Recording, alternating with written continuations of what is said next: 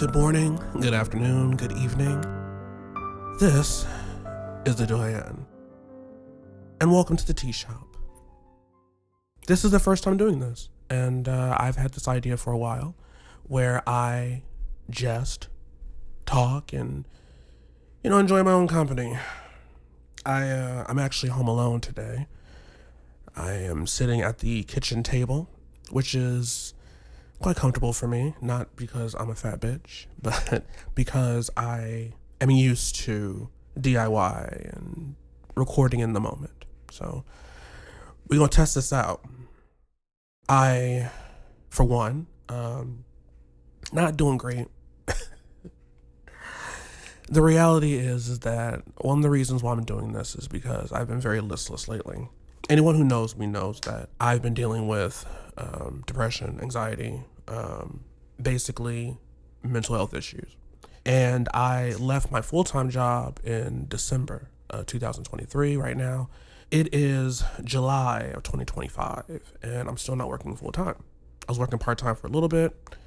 I've since applied for disability because I need to figure out how to not be a complete waste of space. By the way, if you do hear a soft hum, I have the dryer going. I'm drying some sheets.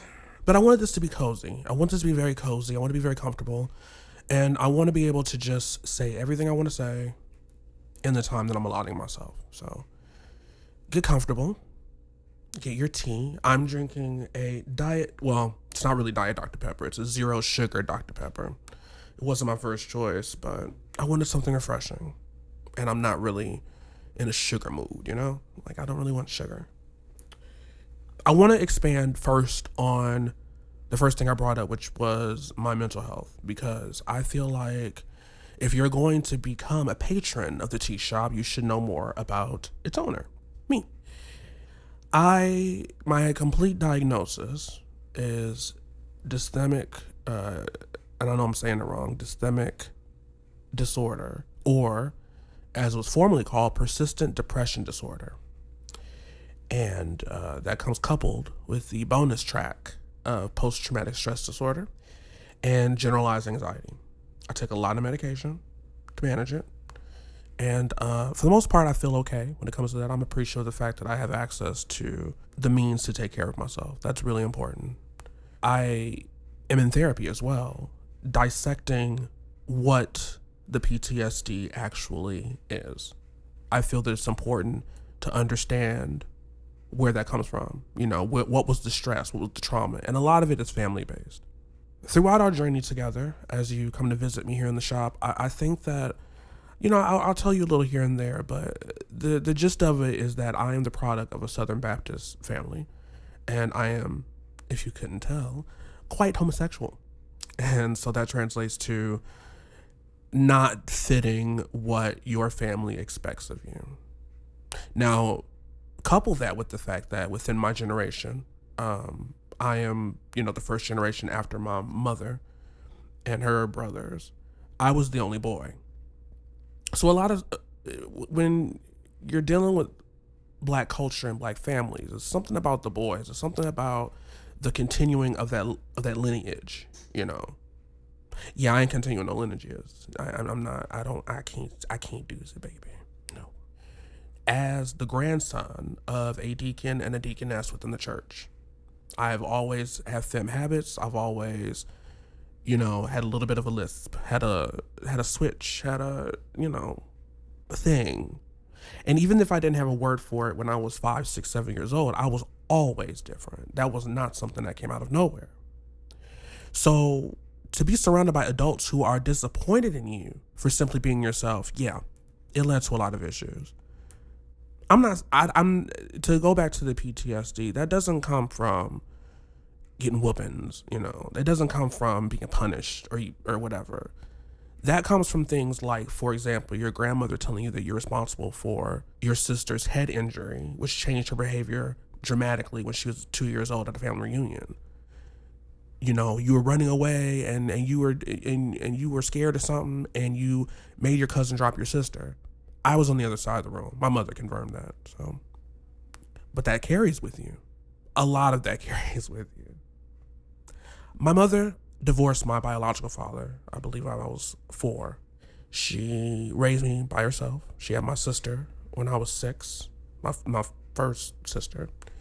And we actually lived next door to my grandparents. She tried her best.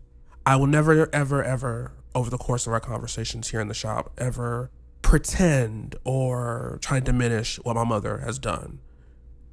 She, if I remember correctly, she went back to school. She had a full-time job, taking care of her kids when she could, because my mother worked the late shift until, I think it was 2 to 11 at the hospital, at this hospital, Hurley Hospital in Flint, Michigan. And she did that until she retired before we moved out here. Currently, I'm in Phoenix, Arizona, and I have been here since the year 2000, so 25 years as of November. Anyway, she had to leave me with people, my grandparents, and sometimes those stern hands and that dissatisfaction with who you are, kids pick up on that kind of stuff, and I picked up on that kind of stuff. I was never a foolish child. I was never. It wasn't like I didn't know that something was different with me, and it wasn't like I didn't notice that I was treated differently from other children as a result. And then you move to Arizona. You spend, first of all, I am an introvert. I am admittedly an introvert. To be honest, opening the shop was a bit of a difficulty. It's my first time. I've actually tried to podcast before, tried to just be honest and be real. And this is the first time that I'm actually saying, and with this urge to do it right, Moving here, I don't regret it necessarily. I am aware of the difficulties that my family had when we got here. Because, as I mentioned, my mother worked late. She eventually married my stepfather and, so forth and so on. But, we had, and we got here. She retired. So all of a sudden, my mother went from not being present to always being present in the home. And, that meant she was a stay-at-home mom at that point. That means that my second sister, she had a full-time mom. She was raised differently. My sister's also queer. As far as I know, all 3 of us are queer children, and which is funny, hilarious to me. I look on how her childhood was, and I look at what my later formative years, the important years, the teenage years, the years you're figuring out how to be an adult. And I remember my coming out experience and how unnecessary it was, because everyone knew what the fuck I was. But my mother, she cried, she gnashed her teeth, she forced a lot of dialogues with a lot of people in my family. I don't think that she meant to do it to hurt me. When I say alone and I speak of loneliness, especially as a child, that's where a lot of that comes from. I didn't really have someone who had my back. I didn't really have like a gay cousin or role model or anyone to speak the reason into, hey, you have a gay child and this is what they need to thrive. So I didn't thrive. I went from a 4.0 student. I had like a 2.2, I think, when I graduated high school, because I just stopped caring. I was going to school alone, and then I'll come home and basically, go to my room and isolate myself because there was no place for me. My parents tend to forget that at 16, I had to sit there while they called my biological father, who is admittedly a piece of shit, trying to get me to go live with him. He wasn't having it. He could barely handle child support. I don't know what they were thinking, other than to tell me that they didn't want me. I guess my point, the parenting yourself. I'm at the parenting myself phase of life. I just turned 40 a couple of weeks ago, despite my best efforts. I am aware now that I have to undo the harm. I have to undo the things that have created in me uncertainty, self-doubt. It's been rough.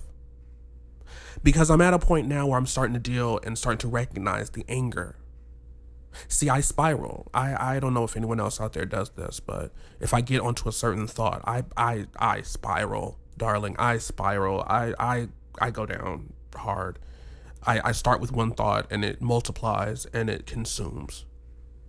I'm at the point where I can recognize that. I'm at the point where I can look at my life and objectively say that not everything that everyone did to raise me or to give me support or to love me was healthy or right, because it wasn't. And I encourage you, if you need to, if there's things in your heart and on your mind, to go through that process. For me, therapy helps. I have a great therapist, and he gets it. And I've been seeing him about a year now. I've come to a lot of conclusions, a lot of good things. And I definitely want to share some of that with you, because I know statistically, because math is all around us, that there's somebody out there who's had a similar experience in life. So I'm here to tell you, when you're an adult and you're on your own and you're trying to figure this out, that you can. Let's just start with the confession. Let's just start with the fucking confession, right?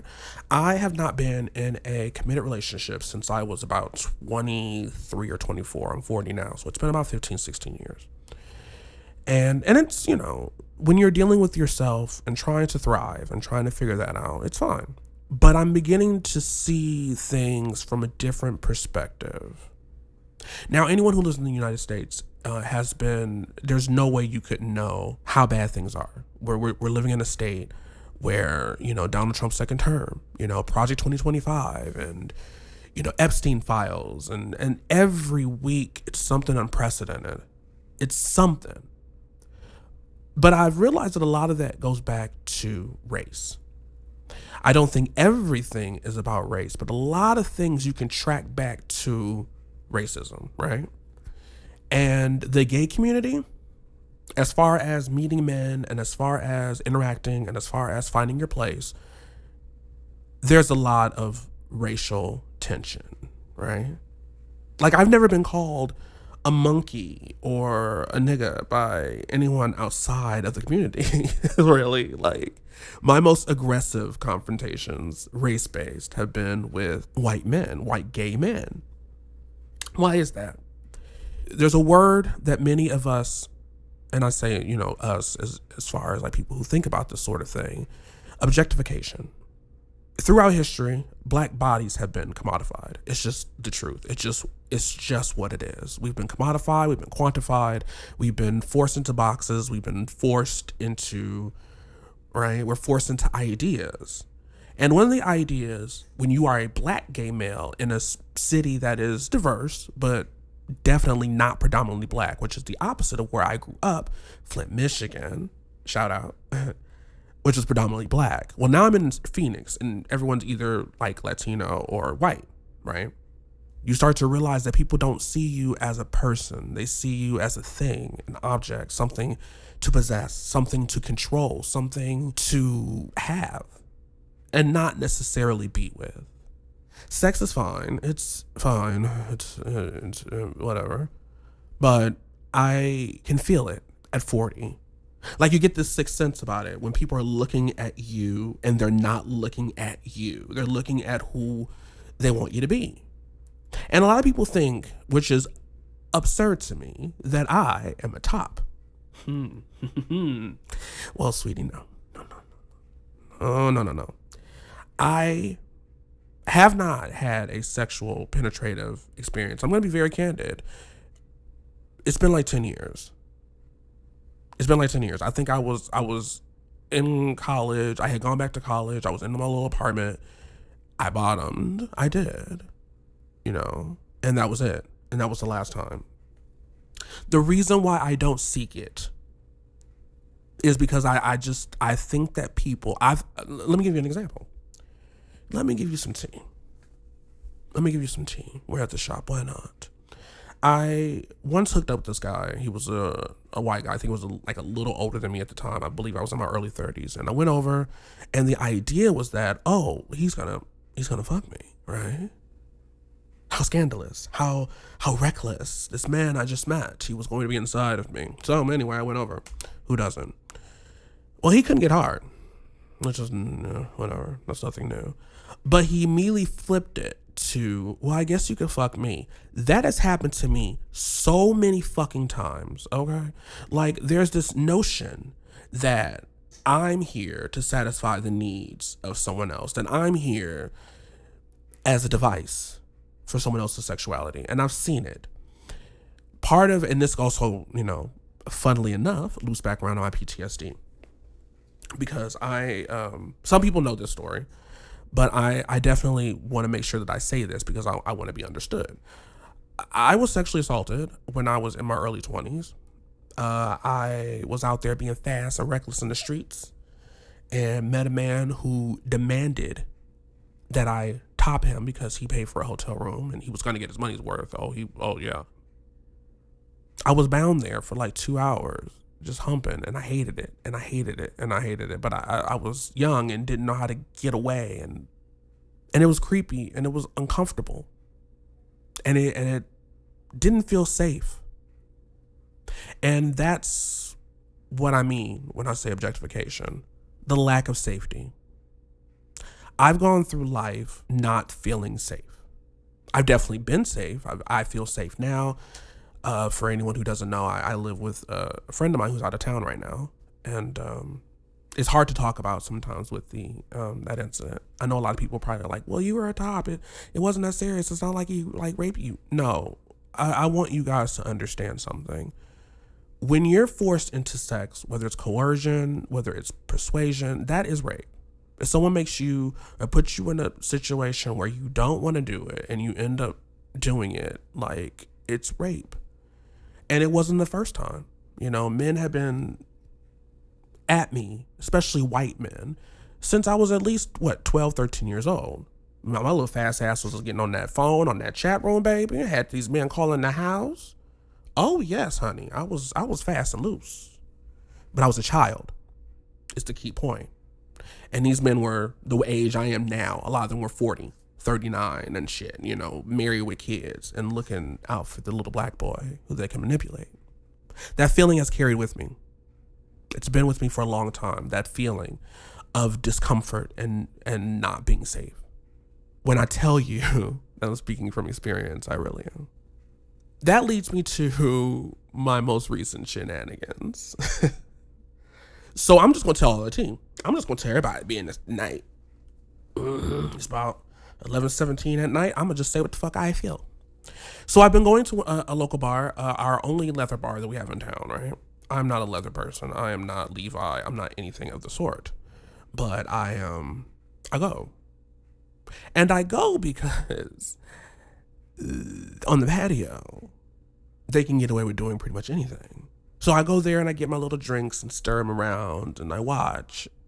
Really interesting to me how loose and free these men are, right? I've seen things. I've done things. And part of me is attracted to that. I like the honesty of sex, especially like sex around people, right?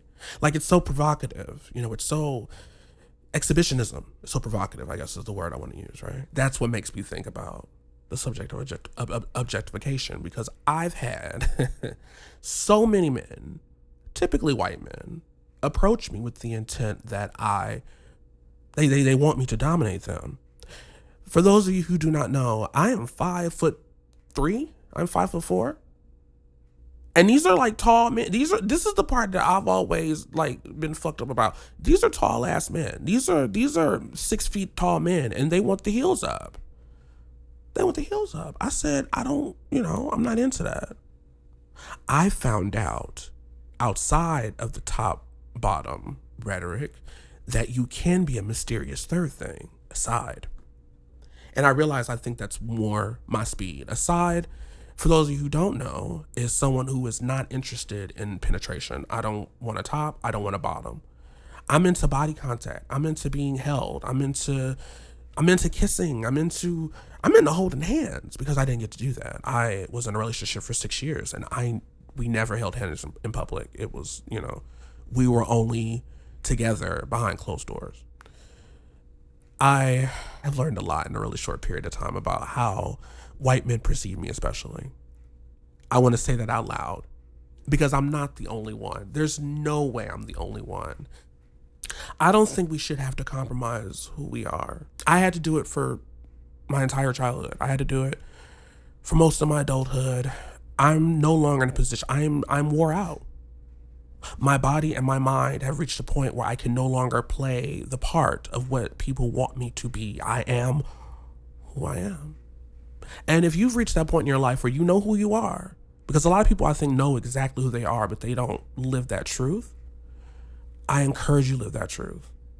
Yes, it's very possible that you will meet less people, that you will deal with less people, because there's people out there looking for other people, and they think that looking for other people means looking for other things to pass their time.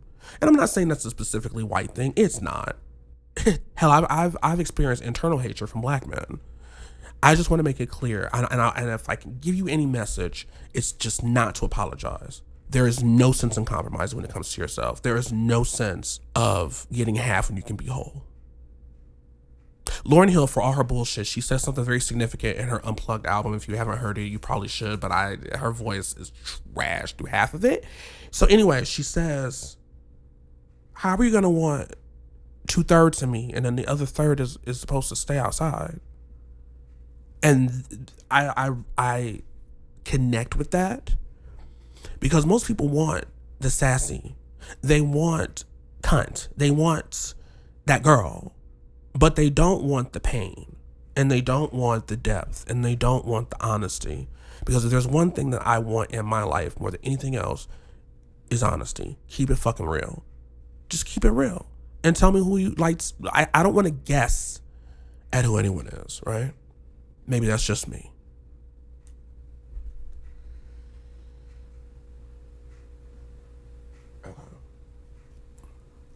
There's one more thing I want to talk about, I think, and then we'll shut the shop down for the day. I want to talk about gatekeeping. Now, when I say gatekeeping, I mean protecting the culture. I mean reserving things specifically for your cultural group. I mean, there are some things that are not for everybody. Some things are just not for everybody. Some things that begin and evolve in the black community, like our memories and our memes and our phrases, our movements, our dances, our music, our art, our poetry, our paintings, our style, our funk, our soul, all of that is so uniquely black. And I think that we should not be sharing that with anyone at this point. I am tired of giving people outside of our group the key to the vault. Fuck the cookout. Like, we've already established that the cookout is no longer a thing. Nobody's getting invited, yada, yada, yada. But my thing now is that too much is being given away. There's too much of our truth being sold or rented. Again, I don't want to upset any white people out there. This is not a anti-white thing. This is a truth thing. There are some parts of our culture that are not only legitimate, but that we should be protecting as far as not explaining it. There are certain, I'll explain it this way, because I think other black people can relate. When we're in a room together and something happens, there's a few things that are going to happen. One, for me, I will find the nearest black person and we make that eye contact and we can have an entire conversation on the basis of what our eyes are doing. Girl, did you see that? Girl, yeah, I saw it. Is you gonna stay? I gotta see how this pan out. You know, there's a whole conversation there. There's a laugh there. Because it's all really ridiculous. I mean, this is all a performance. This is all a fucking performance. It's all a show, really. Like, you know, as far as being social, and if something happens, more funny than anything is that it's not funny. It's not funny because it is genetic. There are certain behaviors within the black community that are genetic, that are just encoded in our DNA. If I see another motherfucker running, I'm going after him. I don't care where are we going, what happened, what's behind us. We can ask when we get to the other place that we're going to. That is very natural. And I think a big part of that is, you know, let's go back to the culture. Let's go back to slavery. Let's go back to slaves not being able to express themselves, you know, lest they offend their master. It is the reason why black people cover our mouths when we laugh. It is the reason why we get up and run when we're laughing too hard. I don't know if a lot of people know that. That is a hereditary thing. We did that so that because you can't laugh, or you can't be too Negro around massa. You can't do that because if you do, you get punished. And I think you know, part of our soul and part of our connection to each other and to the earth and to, our past and present and future is we carry that with us. Our children do that shit, take off running, and they don't know why they're doing it. It's a part of, just a part. And I don't want to have to, there's certain people who it's hard to explain that to because they will never understand what it's like to not be you. My entire 40 years has been attributed to being what other people want me to be, whether it's working a job that ultimately would have ended up killing me, whether it's, being out in the community and not being heard or not being seen, which is something that I struggle to explain to people who don't know. I've done this for a long time, I guess you could say. The dance of appeasing. It's almost a hard thing to admit,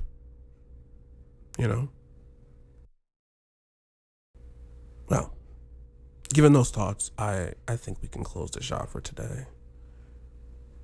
But listen, I really appreciate you sitting with me tonight, or today, or tomorrow. I hope to continue doing this, and I hope that you continue listening. So, once again, good morning, good afternoon, good evening. I am the Doyénne, and I thank you.